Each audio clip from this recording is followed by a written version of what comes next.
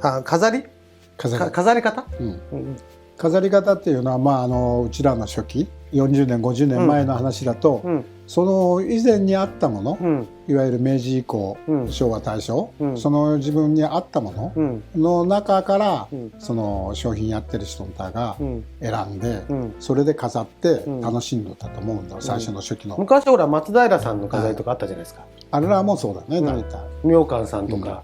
松平さんのはまだ特注なのよ。明観さんも特注なの。押田さんとかね。その前の人のやつは特注じゃないのよ。コンビニと既存のものだよ。流用。流用が多かった。他のもの、横浜大観の写真とか見ると、ああいうところにも課題を今度筆置きみたいおかしいのよな、考え方に使ってたよね。筆置きとか大きい盆栽も全部課題は花器から来てるね。花瓶乗せたり壺乗せたりいうものに盆栽乗っとった。最近は電話乗せてるかも。もう電話もちょっと前か。もう今はそんなものはないわけ。それは全部改良されて作られちゃったわけ。中国行くと課題を足を置くのに使ってたとね。こう足を置く高さの調整するのにね、いろんな使い方があるのかなと思うけど。結果的に日本で現在と昔と分けるとそのぐらい差があって、その途中の過程には何か言ったら、この課題が合うで、この鉢が合うで、この木が合うでっていうことで、そういう課題を作ってったわけよ。でもちろん商品だけの世界にすると、うちらが始めた頃の課題っていうのはやっぱり誰かが制作したものなの。自分で制作したものはなかったわけ。そこで一番最初俺が目にしたのは静岡だ。静岡の今静岡に商品のグループがあったの。そこではちゃんとね、あれ作っとる人形のケースや何か作る職人がおったのよ。その人が盆栽やっとったの。その人が作った食がものすごいいいね。均衡が取れてサイズ、間口、バランス、また見事なもん。で静岡が商品のね、俺があれ言うと今の原型できた場所かもしれない。そうだね。黒松もそう、臓器もそうね。なんか有名な人いたよね、黒松の。なんだっけ、ちょっと名前で例えば臓器だと井上不二雄とかね、いろんな人いたのよ。だって今生きとるみたいだけど、その人が天野さん、趣味家では天野さん、天野さんがもう商品では天野さんの趣味家っていうのはあれ商売になった天野さんじゃないの？そうだよ。あの人がトップだった。トップだよ当時。白髪で食作ってる人。食じゃない、琴屋や。琴屋ね。食直してるでしょ。あれがトップ。天野さんは持ってた。天野さんが。それが俺らの目標だったの。俺仲いい人だったけど。別に俺も仲悪くない。なぜか言ったら同じ世代だから。俺はここ何年か行きましたけどね。天野さんは商売人、俺商売人だね。趣味家。俺は商売人だって、そういう付き合いだったんだけど、そんな自分からやっぱりああいうのが目標だったの。天野さんが売った時に三山街道かなんか一本買ったんよ。それが山野さん辞めた時の品物よ。話ずれちゃったけどね、食の話だから。ごめん。でそういう時にでかい食使っとった天野さんと。でやっぱりそういうこと考えると、その静岡にあった食が一番今の原型だと思う。それを自分なりのサイズを80にするとか、奥行きを25にするとか、均一をコーヒーにするとか、みんなそうやって課題を発注したり、また模写したり。で自分なんか作ったのは肥後買ってきて、木材買ってきて形作って、それを持ってって課題屋さんに作ってもらった。石井さんあれね、仏壇屋に作ってもらったもんね。いろんなものを作ってきたわけ。大きい関係なしに課題はいっぱい作ってきた。それはなぜかって言ったら、人よりよく見せたいと。そのためにはいろんな管理とかいろんなこともあるけど、それは別にして、そういうために課題を作ってきた。だから昔と今の課題っていうのは随分違うのは、あるものでやるんじゃなくて、新たに制作して、そのものになるように作ると。そのものに合うものを作ったわけ。趣味の方って結構ね、マニアの方もちろん多いから、木も自分で作る、鉢も自分で作る、食も自分で作るって人もいたよね。それがほとんどだったね。今は販売してるものを買って、ね、買って商品盆栽楽しめるけどね、その中でいいのを選びながら買ってやってるのが普通だね。で結構植も7点飾りの植もあったり、昔から3点とかあったり。3点ある、こうただ違いのね。で外側にねへこんでるとこもあったり、4点5点ぐらいの飾り。課題はね、豪華本数7点飾り、豪華にする方の立派に見えたわけ、だから豪華にどんどんああいう名前富士とかいろんな名前をつけたんだけど、ああいう形になってきたわけ、それでも俺はそれが嫌だ、僕は嫌です、私は嫌ですいう人はまた別のね、いろんなの作ってね、個性を出してたんだね。それが現在だね。でまあ先ほどちらっと出た古色の件も、最初はそのいい課題、本当に作って当時大きい課題ね、シタンや何かのいい課題ね、作るとやっぱり本漆かけてるじゃん、それに直接ドンと乗せるわけにいかないから、下の色まで、まあ最近は既存が多いけど、前はあれも形も作って、まあ GTM みたいなのかな、昔は。鉢に合うようなもの作ったり、それすると次は何が望みになってくるかというと工程の出し方、で課題で変えたり、出色使ったりいろんなことやるようになってきたのが古色の始まりは、最初は傷をつけないね、なかなか今バランス取るのがほとんどだと思うけどね、昔まあでね、一番怖いのは水かけてのした時、あれが高熱にねさらすと割れる。結構割れるのあれ。割れる。ああそう。まあ投げても割れるけどね。だからやっぱり古色はいわゆる台なのよ。工程もあるけど、下の台を保護するための台なの。まあね。だって水かけてトンとのして濡れたものをのしたら、でっかいのがね壊れちゃったら、板に温度かかったらパリッと割れるんでね。まあ割れてるやつもたまにいますけどね。そういう意味なのか。そう。まあだと思うけどね。まあ間違いないと思うけど。随分変化してきてると思うよね。鉢なんかも昔と今で結構使い方違う。昔結構丸い鉢を模様着に入れてみたりとか。やはりね、10人が10人やっていいと思うの、それとやはり高価なけな使わないが、やっぱり足があって、やっぱりそういうのは高価だな、足のないものよりは足のあるものが高価。鉢？足がない鉢？足がない鉢？足って切り足の話。ああ、切り足、雲足？雲足とか段足、いいものになってくるとそうなってくるじゃん。そういうものがやっぱり高価だ。確かに、確かにね、だからそういうふうに鉢の形態も変わってくると同時に色とか、そういうふうにどんどん、昔は派手な鉢、釉薬がね、それから絵が派手なものは意外と使わなかったんよ。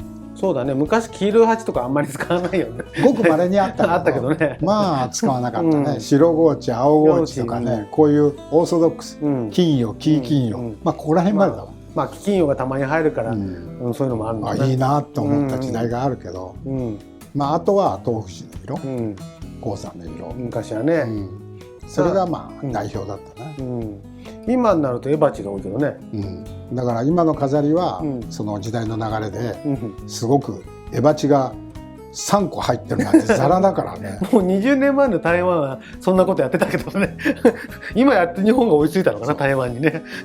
昔うちらの時は1個だよ。まあちょっと俺もあんまり使うとちょっと恥ずかしいなとは思うんですけど、1個か2まあなっていうのが多かったね。それがもう同等の同じ色彩は使わないと計算しても、やっぱり1個だよね。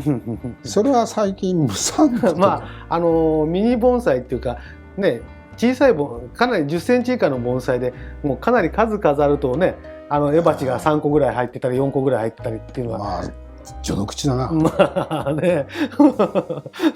まあ個人のね、それこう自分のセンスの発表の場だからどれが悪いとは言いづらいけどね。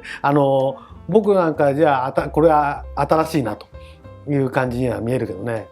だからまあ斬新な飾りじゃなくて、そういう時代の流れで、その需要と供給だろうと思うけど、それでそういうふうになってきてるのも確か。スタンダードな感じだと画風点と虚空点で鉢の飾り方、鉢の色合いってかなり違うような感じ昔はあったんだけど。あった、ものすごいあった、今は何もない、同じだね今はね、出す人が同じだからね。だから昔はかなり国空店になると品鉢とかそういうのが多くて、時代のついた鉢を使ってるって。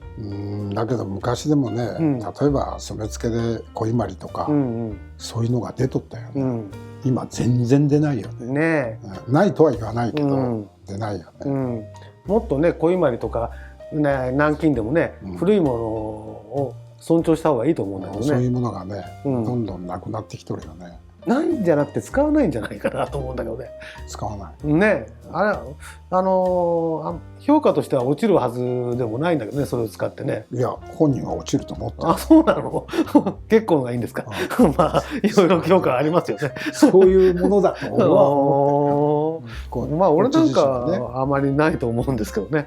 まあね、いろいろありますね。まあ飾りも木の作りなんかもやっぱり昔と今でかなり違いますよね。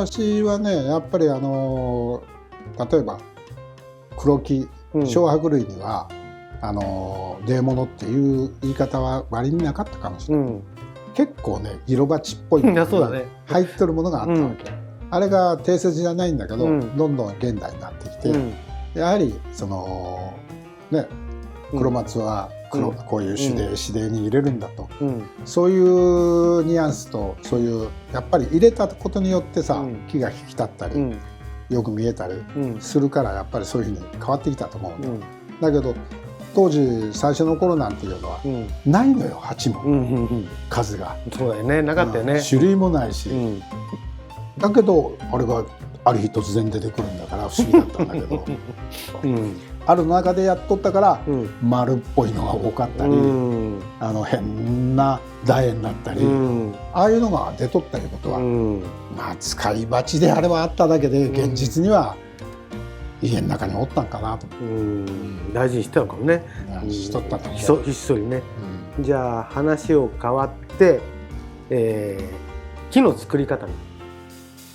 まあ昔と今の違い、変わってきたのは今の話の続きみたいになるけど、木が変わったと同時にはなくて鉢も変わってきたから、木もおのずと形も変わってくるし、まあその大きさ、そういうのも全部変わってきたと思う、だから高価ないい鉢入れるのに、安い木って入らないが、昔はそのいい鉢の中に苗も入れて楽しむやり方があったわけ。本当だね、それはわかるわけ、だけどそれがやっぱりステータスで、だんだん中に入れるものも鉢と同等ぐらいの木を入れたいいうのが人間の心理になってきたの。まあ井上良斎使ってね、結構軽めな木入ってたりとか、そういうのもあったの、ありましたよね、だからそういうのがなくなってきたいうのは、やっぱりそれに同等見合うものを入れるいうのが現代かな。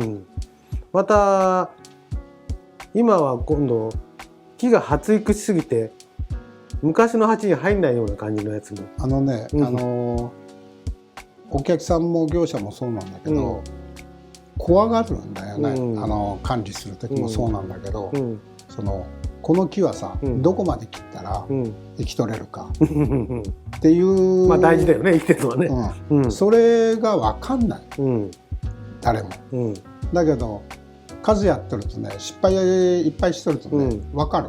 ここまでやれるかなっていうね、ラインがね。でまあ僕がやってるのは、例えば20年でも同じサイズの鉢にねじ込んでるわけ、それは根の整理の時に、いらない根、これは切っても上は焼けないとか、そういう場所、見つけてはそれをカットしていくわけ、それで維持してるわけ、まあ現実に維持してるのいっぱいあるんだけど、一番大切なのはね、根でもどんな種類でもその上根、表面にある根、まあごくわずかなんだけど、そこの根が一番大切で、底根っていうのはほとんど必要ないの、で大体底根が肉も巻かないものは、臓器はまあ大体肉は巻くんだよ、巻かないものは空洞になる、まあそんなものはもう繊維質のものだから、ちりめんなんか特にそうなんだ、そういうものさえ気をつければ、相当そこは透ける、で横はね、100% 粘りのいい木は商品には向かない、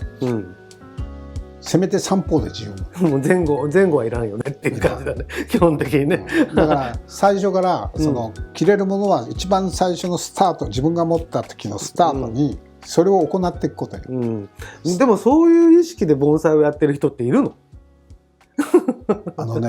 俺が見てきた中でやはりいる。この人すごいなっていう人が、まあ何人か僕も見てますけど、維持する。普通いないよねって。だから怖いもん。それとやっぱり怖いっていうのがまず第一と、やってもやらんでも行だったら一緒。趣味だったら枯れるの嫌だからこんでいいってでっかい鉢入れちゃうわけ。まあ枯れちゃ困るからね。売買計算になっちゃう。まあね、やっぱり展示会出すのがベストじゃない人もいるからね。だけど本当に作る昔からのお客さんって何人も知ってるんだけど、うちにも現在1本金山あるんだけど、俺が今から30年以上前に見てきたよ。それが同じぐらいの鉢にいまだにおるんだよ。よくこんなもん作ったなと思って、いまだに俺感心しとんだよ。お客さんは人によってかなり冒険する人もいるからな。そういう人、あの人まだ生きとんのかな、死んだのかな。死なもんあんでしょ。あるんだよ。そういう人もおったわけ。だけどそれがもう現代が少ない。だからきなり、それから切り込み、管理の仕方になってくる。切り込みの仕方なんかも変わってんの？昔と変わってる。もう今はそんなに切らない。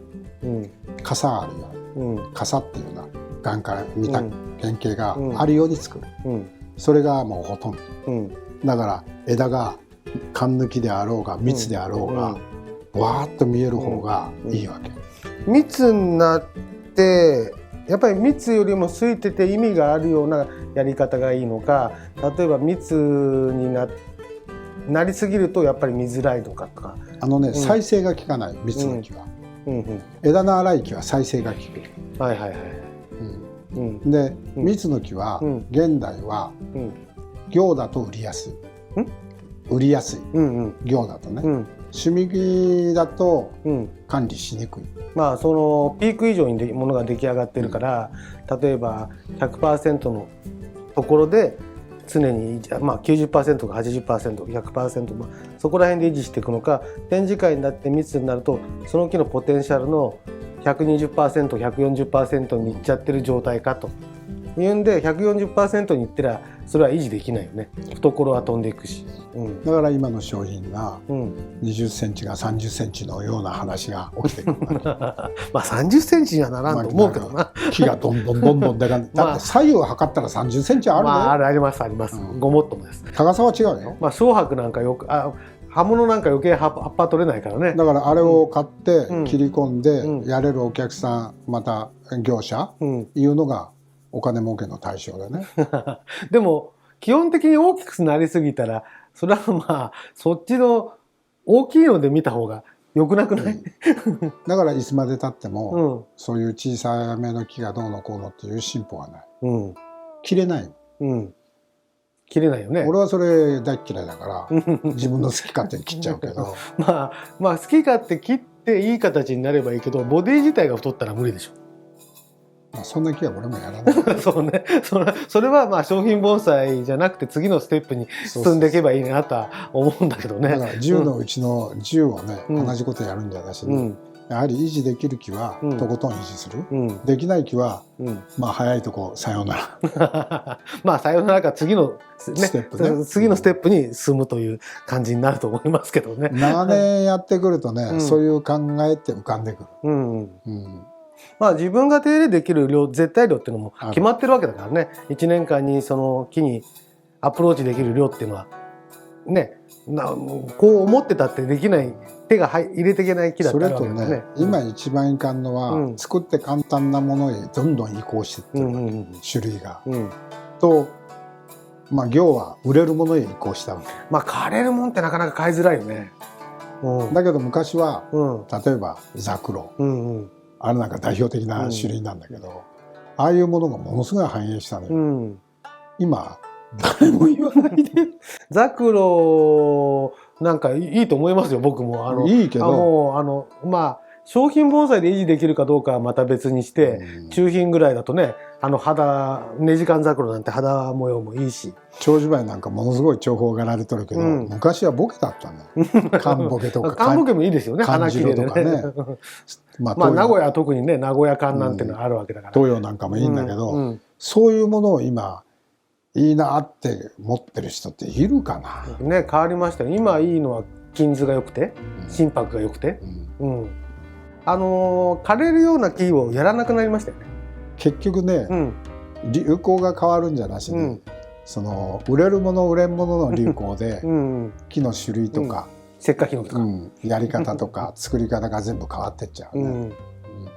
だから従来通りの盆栽を作ります、こうしなさいっていう定義っていうのは全く今はないと思う。だからそういうものをね、教会でやっぱり打ち出しても最後は結果的にはなあ、そっち行っちゃうでな。まあね、好み、主観の問題であって、盆栽を手入れするとか見るとか、そういうんで主観で欲しいなって言ってくれる人がいて、商売にもなるし、手入れもできると商売にはねあるんだけど、昔みたいに変わった木だからやってみよう、チャレンジしようっていうことがなんか少ないような感じするよね。いや見ることできなくなってきたな。例えば老梅とか。全然いい。俺今サイフリやってるけど、サイフリ僕やってるけど、サイフリは商品に向かないんじゃないですかね、基本的には。やっぱり基本的でもさ、商品っぽいもので作ってみたいと思ってやってるけど、なかなか難しい。だからみんな昔そういう木をチャレンジしてるんだよね。こう難しいんじゃないかと思われる木。でもそういう木が出来上がってこう人の目に触れると、この木がこうできたかっていうのはあったよね、結構。長年ねやってきてね、流行り廃りをずっと見てきたけど、まあ流行るものは本当に流行る。なんで昨日まで何千円が何十万になっちゃうかぐらい、俺が始めた頃は山もみじとかね、紅千鳥とかね、まだそれよりひどいのが煮出け焼きなんかなんで何万円が何十万になったの。今いや今はならない。昔ね、やっぱり小派で、あとは牢屋柿が流行ってみたりね、いろんなもんが今は石化ヒノキか、落ち着いてるな。石化ヒノキか、石化ヒノキは異常だけど俺が最初始めた当時が走りだけど、石化の、多分一番本数も動かしそうだろうけど、だけどあれから思うと今異常通り越してるニーズがあるからそれだけの値段になると思うんだけどね。それじゃあ本当は盆栽はダメなのでもそういうさ、突拍子もない趣味の人がいて、じゃあまた俺が作ろうっていうモチベーションにもなるんじゃない？モチベーション言うけどね、俺みんな言うのは作りたいっていうやつに、今まで流行ったもので慕ったものやりな、そりゃそうですよね。必ず冥福よ、今流行ってるもんは今のもんがあるんだから、今から作っても遅いよね、かなりね。今脚光を浴びてないものにこういういいところがあるからやっていこうっていう方が理論的に合ってると思うんだけどね。だから教会の会員さんもさ、そのお金ばっか使うことじゃなくて、昔の人みたいに、そういうものをね、安価で買えるからじっくり持ち込む、そういう楽しみもやってくれないとね。そういう楽しみ、続かないで、そういう楽しみもあっていいんだけど、でもね、値段が上がってる本が欲しいっていうのはこれはもうどうしようもないですよ。例えば猫でも人気ある種類が売れていくわけですよ。高くて。犬だってそうだから。安くてそこら辺に転がってるのは売れていかないわけですよ。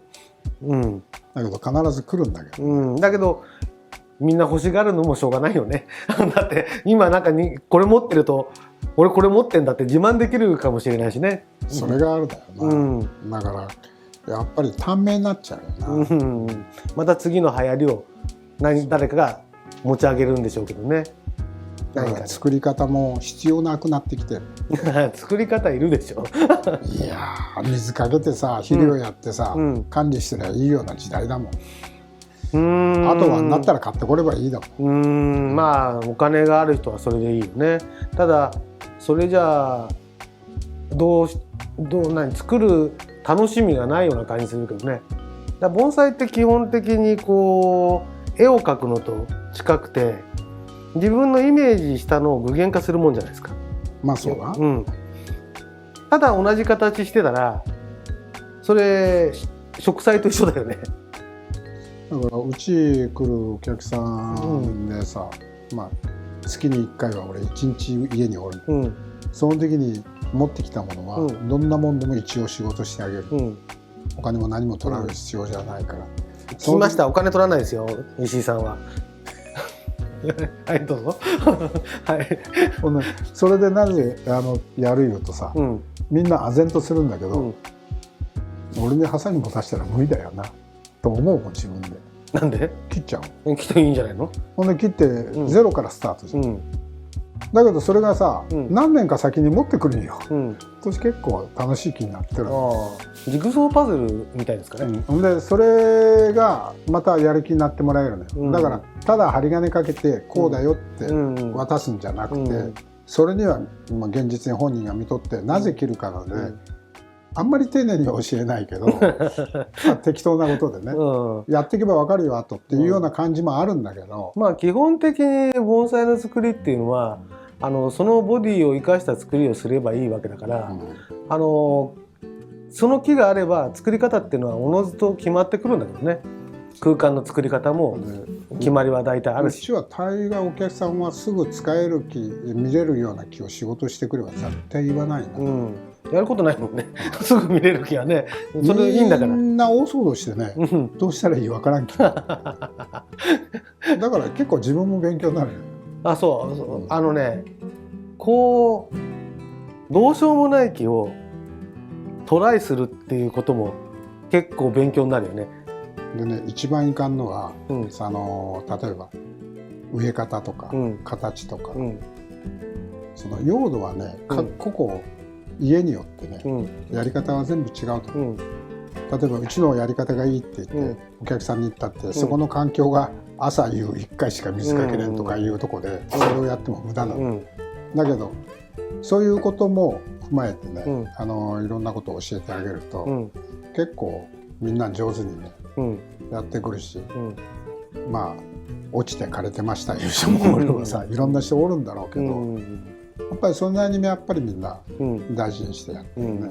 だからそういうのをずっと観察しとるとね、やっぱり管理方法が一番難しいみたいだな、盆栽はね。最後はもう管理方法をその環境に合わせて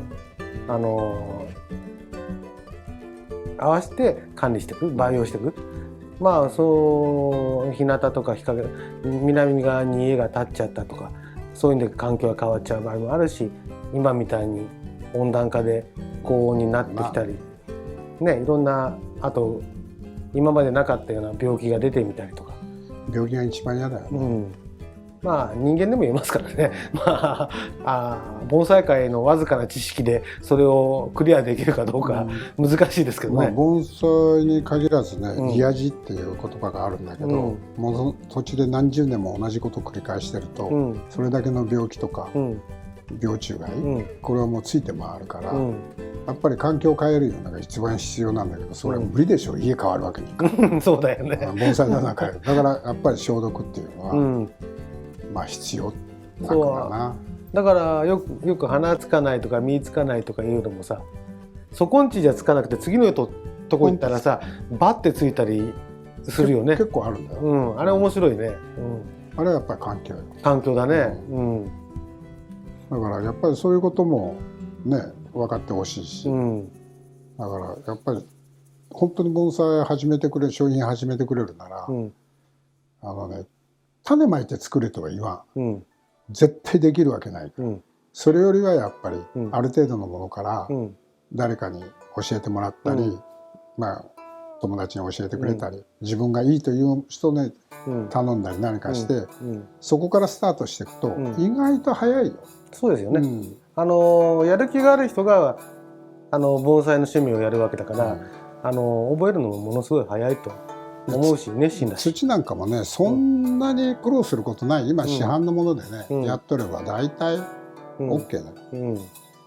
まあちゃんとみじん抜くっていうのは俺はやってるけどね、みじんがあった方が乾かないって場合もあるし、ただ根も張らないしっていろいろ。砂、まあうちらで使うアスケ砂とかいうのはまだみじんがあってもね、粒子はあれなんだけど、ある人がね、やってたのは、まあそのやってるからどうしてもね、その人のやり方を知りたいために木を買ったことある。高かったけど安くてもよかったんじゃないですか。はいはいはい。その木をね、調べたら土はね粒子が一種類。赤玉の単葉、赤玉の単葉でね、一番細かいやつより上の粒子で一種類。だから小粒ってあるでしょ。あれのみじん抜いたやつ。それだけでこんな木が植わっとったわけ。すごいね。それでね綺麗。なぜか言ったら同じ粒子の場合は根が絶対詰まらない。空気の流れは全部一緒。そこにちっちゃいやつや細かいものが入るからだんだん根詰まりを起こしていくわけ。でも同じサイズの土だと、根も一番根の元の方は詰まるんじゃないの？まあ先はもちろん詰まるんだよ。気温ない。ならない。ぐるぐる巻いても。木で。そういうの。で、それは用土なの？用土のせいじゃないんじゃない？まさかと思った。誰だと思う？いや知らないよ。海老原さん。ああね。でそれに似たもので今園芸店に売ってるチャコボールっていうジンタンのデカなったやつ。これが同じものなの。同じ粒子なの。それでまあ実は庭木をさ根洗って植えたんや。ものすごい綺麗な根がズバーッと出る。だからそうすると今まで言われてることと結構違って、まあ難しいところもあるんだけどね。粘りや何かを形成するのにどうしても必要なのは大中小の土が混ざって締めていくとここの粘り良くなるよっていうのは静岡の人が言っとったんだけど、バツ作ってる人。誰だっけなあれね。網で作ってたりね。いや網じゃない。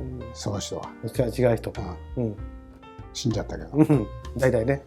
だけどそこへ俺山木の苗を送っとった。どういう名前だったかな。まあいいや。そういう人もおったけど、通常でいくと同じ粒子だ。絶対水はさそのまま絶えず抜けてる。まあその代わりに上原さんの水かけたやつ通常ではないけど、まあ異常だしね。あの絵でそこまで水を入れ込むことはなかなか至難の業だ。実はね芝の大将がやりやる。そう。でもそれはこういうとこで言っていかないと誰も後継がないよね。二尺のさ巣鉢の中にさ巣鉢なの2尺で小粒だけ入っとってみんなびっくりするぜ。重い巣鉢の2尺を使わないよ基本ライン。まあだけどそういうこともあるわけ。だから俺はそうじゃない、まあこのくらいの木を買ったんだけど、でそこに何がやってる根の位置から土まで見たんだけど、まあ勉強になった。まあそうだと思うけど、あれはでもある程度耐えられる木があるよね。まあもちろんもみじもみじ楓なんかは千鳥をやったんだけど、だからもみじ楓とかぐらい焼けの早いものをさやってのけたんだけど、そういうことがねすごいなと思って現実にね。まあだそういうのをどんどん伝えていかないとなくなるよね。なでうちは女で盆栽の土いうのは小白と雑木では小白には多少砂は入れ、まあ愛知県だからね入れるけど、あとは統一一つのベース、雑木と小白のベースを作っちゃう。それに金図だから少しこれに何か入れてやろうかとか、これに砂入れてやろうか、ただそんだけ、たった一つのベースしかない。もうそれも何対何って決めたら、その通りしかない。もう余分なこと一切しない。まあ基本的に水かけとかそういうあと鉢のサイズとかも関係してくることだから、まあ後からそれのフォローっていうこともできるしね。ほんで商品に関しては柄も使わない。単葉。上から下まで同じ土。まあ商品のサイズだとね。それが理由はその海老原さんがやっとったの。だから粒子をいかに揃えるか。種類をね、揃えてそれで根詰まりを起こさせない方法を取るかだけだったな。それが今のうち。まあそういういろいろ。2年間は持つよ。そのやり方でも。ただケチっちゃあかん。安いの使ったら絶対あかん。土もうんやはり上質の方を使わない。まあ何でもそうですけど、安いもの高いものでね、思った以上に差があるっていうのはもうあるありますからね。わずかな話よ、うん1年で、うんそれケチってうんやっぱり会員さんやっちゃいかん、うんどこどこのホームセンター行ったら1袋何百円でうん頼むわ、まあ本当にね、うん若干違いがあると思います。だからそういう土でもね、3年4年風切ってね、うん何年も眠らしたやつは大丈夫。それはもう今伝わってないですよ、そんな話を風切って何年も寝かすなんていうのはね、まあ、田舎の方の趣味家のが知ってるかな。それが昔よ、うん俺らの時代よ、今は、はいそんでブレンドで終わりなんだよ、そうですね、うちでもそんな感じです、基本ラインは。それがもう今の現状よ、土にしてもそういう時代だから、やっぱり自分のこの家にあったブレンドがあればブレンドでいいし、そうだね、単葉でも決して育たないわけないし、まあこだわる人はそうやってこだわってちょっとの差でもつけていく、ちょっと良くなればそこにアプローチかけるっていうのはやっぱりね、まあ必要だと。情熱だからね、そこがね結構面白いよ、面白いですね。そういうこと考えると。